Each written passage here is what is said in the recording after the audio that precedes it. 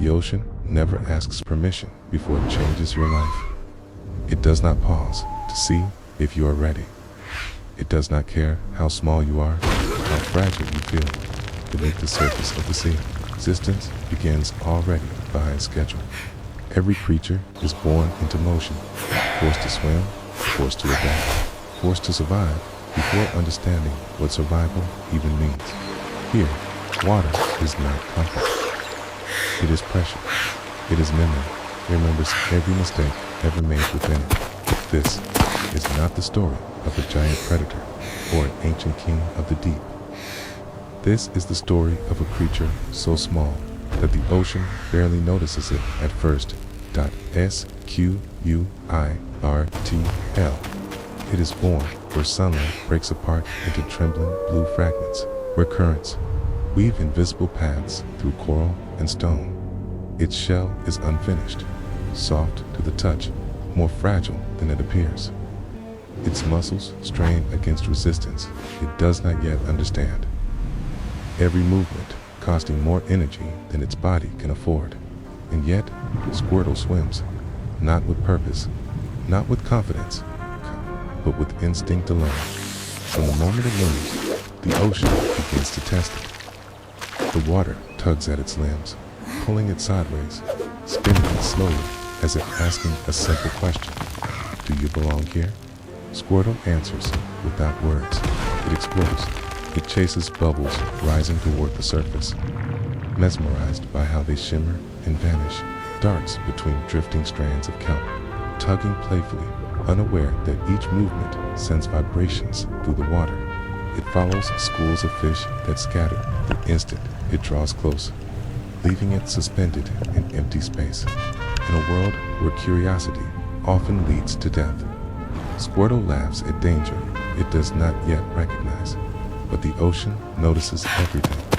Every ripple Squirtle creates spreads outward, carrying information. To predators, the sea is not empty. It is filled with signals.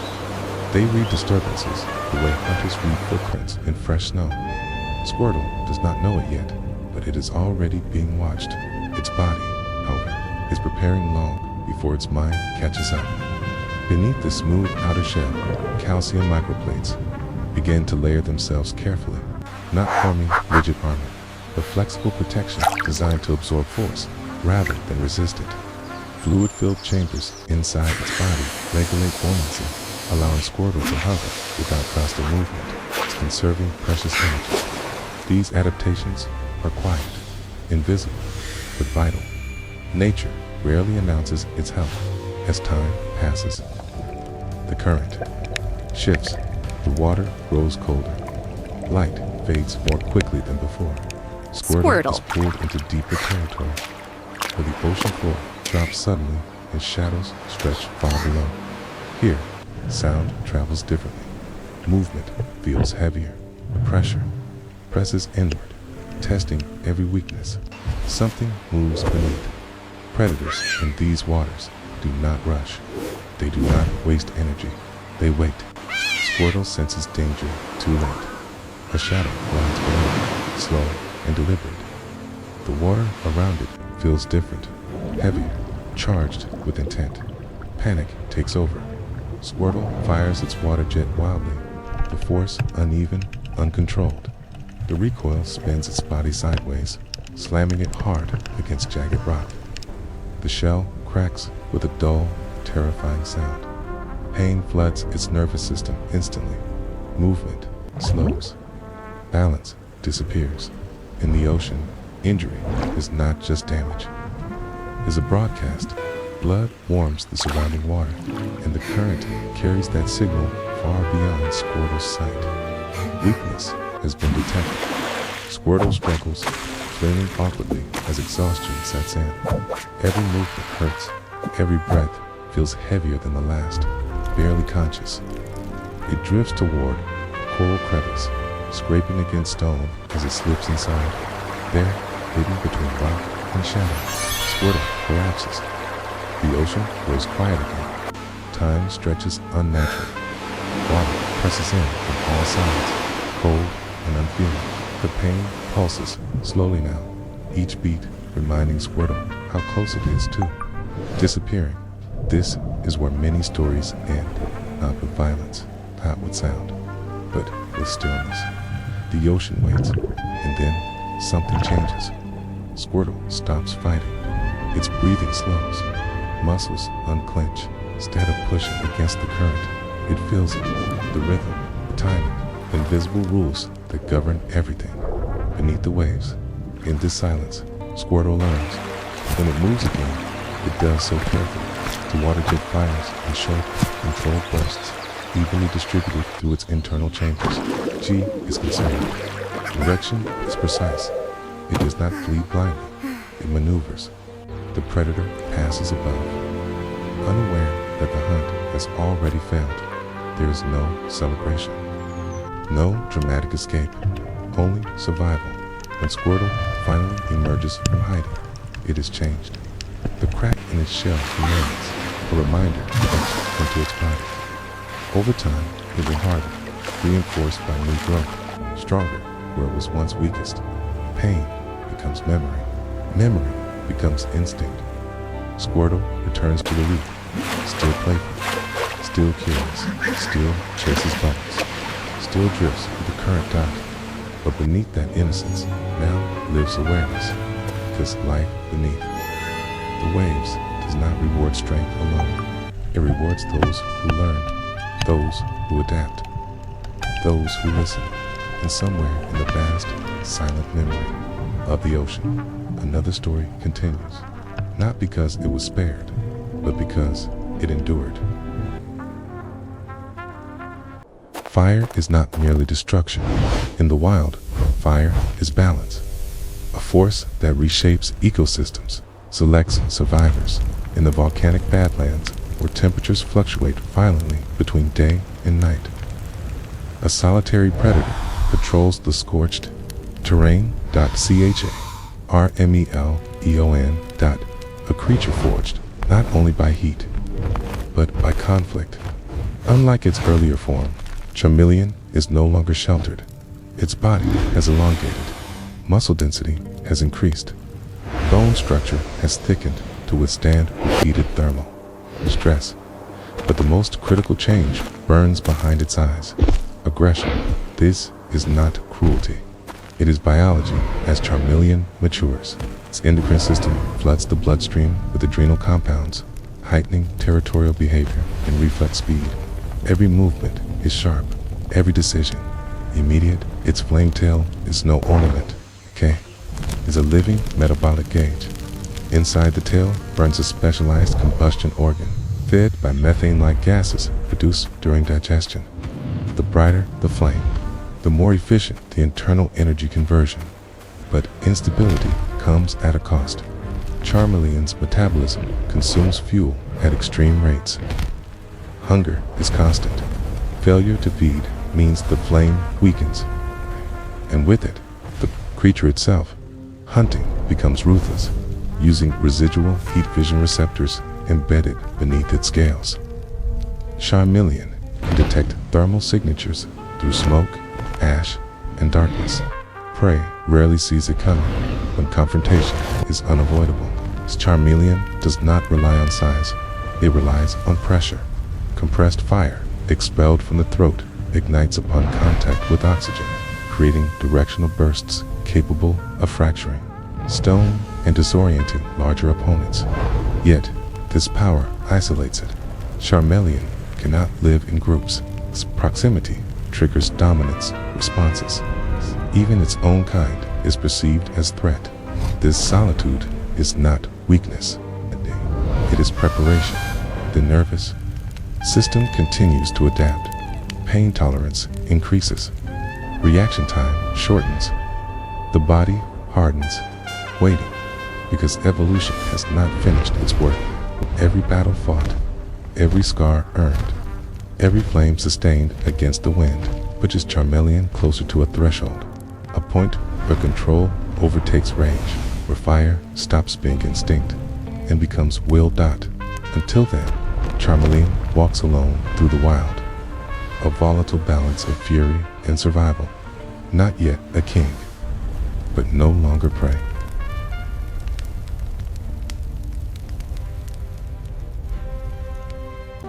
Night didn't arrive. It fell. Clouds swallowed the moon, and the forest froze in fear. No wind, no sound.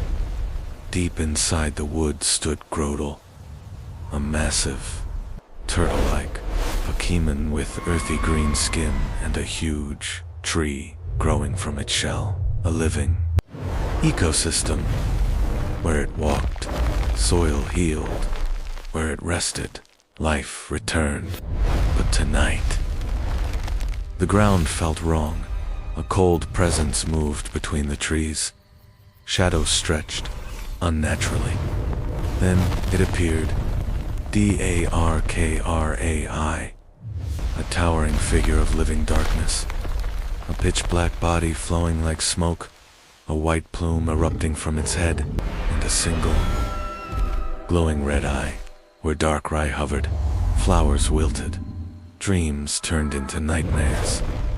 Grotle stepped forward, roots digging deep into the soil. This forest is under my protection, Darkrai did not answer. The darkness moved. Darkrai unleashed dark. Void, black mist swallowed the forest floor. Grote roared and fired energy ball, tearing through the shadows. Join the nightmare. Light and darkness collided. The forest shook. Darkrai vanished, then struck from behind. Shadow Ball slammed Grotle into a tree. Bark shattered, leaves fell. Grotle groaned, but stood back up, because guardians don't run. Darkrai rose higher, releasing Dark Pulse, a wave of nightmares and shadow. Grotle staggered. Visions of dead forests flooded its mind, but it remembered every seed it protected, every life beneath its shade. The ground answered. Roots burst upward as Overgrow awakened. Grass exploded across the land. Light pushed back the night. Grotle charged, releasing one final energy ball. It struck Darkrai directly. Shadows tore apart. Silence. Returned Darkrai hovered, unstable. The nightmares faded. For the first time. Hesitation. Darkrai turned away, retreating into the darkness. Groto collapsed, exhausted, scarred, but alive. The forest breathed again. That night proved one thing. Darkness brings fear, but life endures. And when Darkrai faced Grotle, the forest chose its guardian. The earth does not move without reason when it shifts, when the ground itself begins to breathe. Nature is reminding us who truly owns this world. Deep within untouched wilderness, there exists a creature so ancient that forests grow not around it, but upon it. This is not a myth. This is not a legend passed through stories. This is Torterra. In regions where human footsteps fade and silence dominates the air, the land becomes heavy with history. Roots dig deep. Stone remembers pressure, and life adapts slowly, patiently. Torterra does not run, it does not hunt. It endures. Its massive body is layered with soil compacted over decades, supporting entire ecosystems on its shell. Grasslands stretch across its back. Trees take root. Birds nest, unaware they live on a moving continent. To them, Torterra is not an animal. It is land. From birth, Torterra carries weight few creatures could survive. Its skeletal structure is reinforced with mineral-dense bone mass, capable of distributing pressure evenly across its frame. Every step it takes reshapes the ground beneath it. Movement is slow, deliberate, energy conserved, near wasted. In a world obsessed with speed, Torterra survives through patience. But slowness is not weakness beneath its hardened shell. Tectonic energy pulses quietly. Its muscles compress and release with controlled force. allowing it to channel seismic power through its limbs. When threatened, Torterra does not chase, stands, and the earth responds. Life thrives because of Torterra, and life fears it too. As it migrates, valleys form behind it, rivers change course, entire habitats evolve in its wake. Smaller Pikmin follow its path, feeding from disturbed soil. Others avoid it completely, sensing danger long before it arrives. Torterra does not notice them. It moves for reasons older than survival. Yet, even giants carry scars, cracks line its shell where lightning once struck, burned bark where wildfire tested its endurance, fragments of stone embedded from ancient battles long forgotten. These marks are not signs of defeat. They are proof of time. When night falls, Torterra becomes almost indistinguishable from the land itself. Stars reflect faintly on its armored shell. Its breath rises slowly, fog mixing with the forest air. In these moments, Torterra listens to shifting tectonic plates, to deep-rooted vibrations beneath the soil, to a planet constantly in motion. It does not sleep, it guards, but the world is changing. Human expansion fractures the land. Artificial vibrations confuse ancient instincts. Territories shrink, migration paths vanish. For the first time in centuries, Torterra hesitates. The earth still speaks, but its voice is different now. And yet, Torterra continues forward, because it was never meant to dominate the world. It was meant to carry it. Where Torterra walks, life follows. Where it rests, forests rise. Where it falls, civilizations remember. This is not just a Pikmin. It is a reminder that the planet is alive, that patience is power, and that even mountains can move when the world needs them to. The forest was alive, but silent. It's not the peaceful silence of nature. This was the silence before a storm. Deep inside an untouched valley, Turtwig stood alone, a small, turtle-like Pikmin with earthy green skin, a tiny tree growing from its head and bright, determined eyes. Its shell was scratched, covered with dirt and moss, proof of a life spent protecting the forest. Turtwig was not aggressive. It never had been. It was a guardian of the land, absorbing sunlight, restoring broken soil, helping plants regrow after disasters. But today, the ground beneath its feet trembled. Something pure had awakened. Something powerful, and it wasn't happy. From the heart of the meadow, a soft glow appeared. Flowers bent outward as if bowing to a divine presence. Shomai, small, white, hedgehog-like, with green grass fur, pink flowers blooming on his body, and eyes that reflected the sky itself. A mythical Pikmin, rare, gentle, capable of purifying entire regions. Shaman floated slightly above the grass, surrounded by swirling petals and natural energy. But this Shaman was not calm. The land had been wounded by humans. Burned trees, poisoned soil, broken roots. Shaman had felt every scream of the earth, and now it wanted judgment. Turtwig stepped forward slowly. It pressed its feet into the soil, drawing strength from the land itself. Vines twisted around its shell as it spoke, not with words, but with intent. This forest still lives. Let me protect it. Shaman's eyes narrowed. Protection was no longer enough. The wind suddenly changed direction. The petals sharpened like blades. The battle began. Shaman released Seed Flare. A massive explosion of light and plant energy ripped through the field, tearing the ground apart. Trees were pushed back as if caught in a hurricane. Turtwig was thrown into the dirt, but it didn't run. It slammed its feet into the ground and unleashed Razor Leaf. Leaves spinning like emerald knives, cutting through the glowing storm. The forest shook. Nature was fighting nature. Turtwig used withdraw, pulling into its shell as Shaman descended from above, slamming down with magical leaf. Each leaf tracking its target with unnatural precision. The shell cracked. Pain surged through Turtwig's body, but it stood back up, because guardians don't abandon their land. Turtwig focused. The tiny tree on its head began to glow.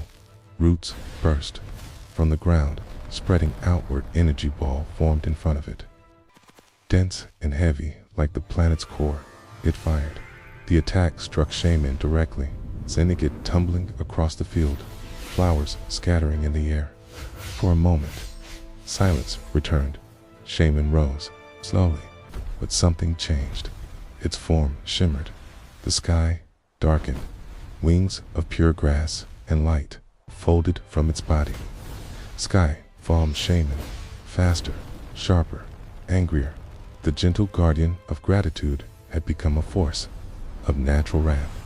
Shaman vanished in a flash. Turtwig barely reacted before being struck from behind. Air slash, cutting through trees and stone alike. Turtwig was slammed into a fallen trunk, breathing heavy, shell fractured, tree wilting. Still, it pushed itself forward, because if it fell, the forest would follow. Turtwig placed one hand on the soil. It remembered every seed it had nurtured, every route it had protected, every sunrise it had stood through. The ground answered. The earth rose beneath it, stabilizing its body with one final roar.